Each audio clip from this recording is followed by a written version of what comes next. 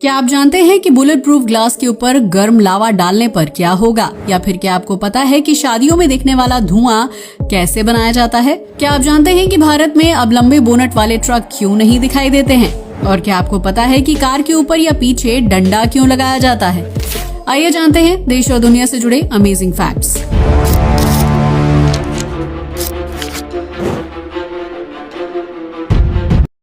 Fact number 1। आज से कुछ साल पहले सड़कों पर लंबे बोनट वाले ट्रक दिखाई देते थे, जिनका आगे का हिस्सा थोड़ा बाहर की तरफ निकला रहता था। लेकिन अब सड़कों पर सिर्फ फ्लैट फ्रंट वाले ट्रक दिखाई देते हैं। तो सवाल आता है कि बड़े बोनट वाले ट्रक कहाँ गायब हो गए?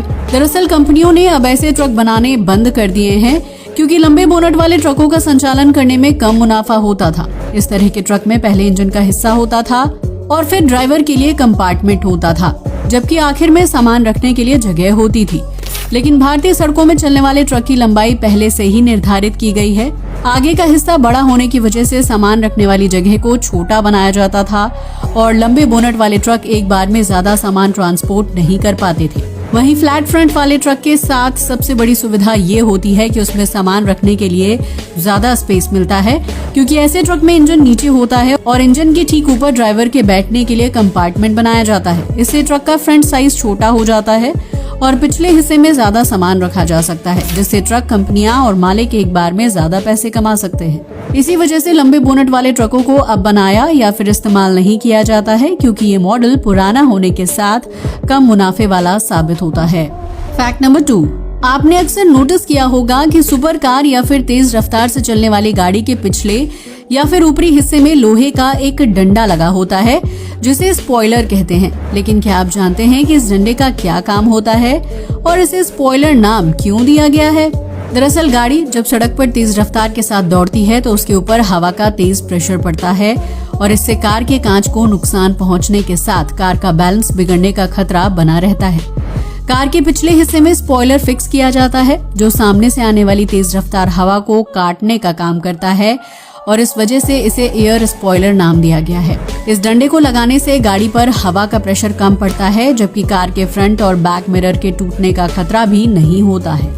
हालांकि वर्तमान समय में ज्यादातर कार मेकिंग कंपनियां इस स्पॉइलर को गुड लक्स के लिए यूज करती हैं, क्योंकि शहर में चलने वाली गाड़ियों पर हवा का इतना प्रेशर नहीं पड़ता है कि उससे गाड़ी का बैलेंस खराब हो जाए। Fact number 3। इन दिनों ज्यादातर लोग 3D में फिल्म या फिर सीरीज देखना पसंद करते हैं, लेकिन इसके बावजूद भी भारत में 3D टीवी की बिक्री बहुत ही कम होती है। दरअसल इस तरह की टीवी को हाई पिक्चर क्वालिटी के साथ बनाया जाता है, जिन्हें देखकर ऐसा लगता है कि सारी घटनाएं आंखों के बिल्कुल सामने घट रही हैं। लेकिन 3D टीवी खरीदने का फायदा तभी है जब मार्केट में 3D एंटरटेनमेंट मटेरियल हो। लेकिन भारत में ज्यादातर फिल्में 2D में बनाई जाती हैं, इसलिए दर्शकों को 3D टीवी में 2D फिल्म या सीरीज देखने में ज्यादा मजा नहीं आता है। इसी वजह से भारत में 3D टीवी की बिक्री बहुत ही कम है, क्योंकि इसमें प्रसारित होने वाले मनोरंजक चीजें बहुत ही सीमित मात्रा में उपलब्ध होती हैं। Fact number 4। आजकल ज्यादातर शादियों में वरमाला या फिर दूल्हा दुल्हन की एंट्री के दौरान स्टेज पर धुआं नजर आता है। लेकिन क्या आप जानते हैं कि ये धुआं कैसे बनता है? अगर नहीं तो हम आपको बता दें कि ऐसे धुएं को बनाने के लिए ड्राई आइस का इस्तेमाल किया जाता है, क्योंकि ड्राई आइस का तापमान बहुत ही ठंडा होता है।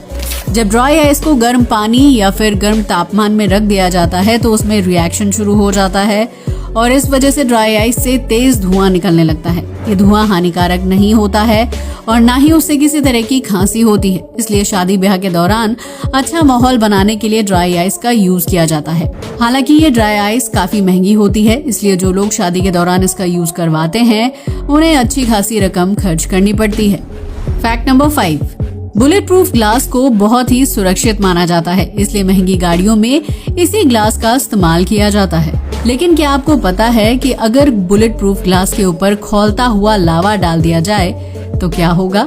आमतौर पर गर्म लावा का तापमान 700 से 1200 डिग्री सेल्सियस के बीच होता है और इतने गर्म तापमान की वजह से सामान्य ग्लास चंद सेकंड्स के अंदर टूटकर बिखर जाता है। लेकिन जब गर्म लावा को बुलेट प्रूफ ग्लास के ऊपर डाला जाता है तो वो आसानी से टूटता नहीं है, बल्कि गर्म लावे की वजह से बुलेट प्रूफ ग्लास पर क्रैक आना शुरू हो जाता है। दरअसल बुलेट प्रूफ ग्लास को कई ग्लास की लेयर से तैयार किया जाता है और उसमें खास मटेरियल भी मिलाया जाता है, इसलिए बुलेट प्रूफ ग्लास लावा से टूटकर अलग नहीं होता है, लेकिन उसमें दरारें बन जाती हैं। आज के लिए बस इतना ही। वीडियो अच्छा लगा हो तो उसे लाइक और शेयर करें, साथ ही हमारे चैनल को भी सब्सक्राइब करें। जय हिंद दोस्तों।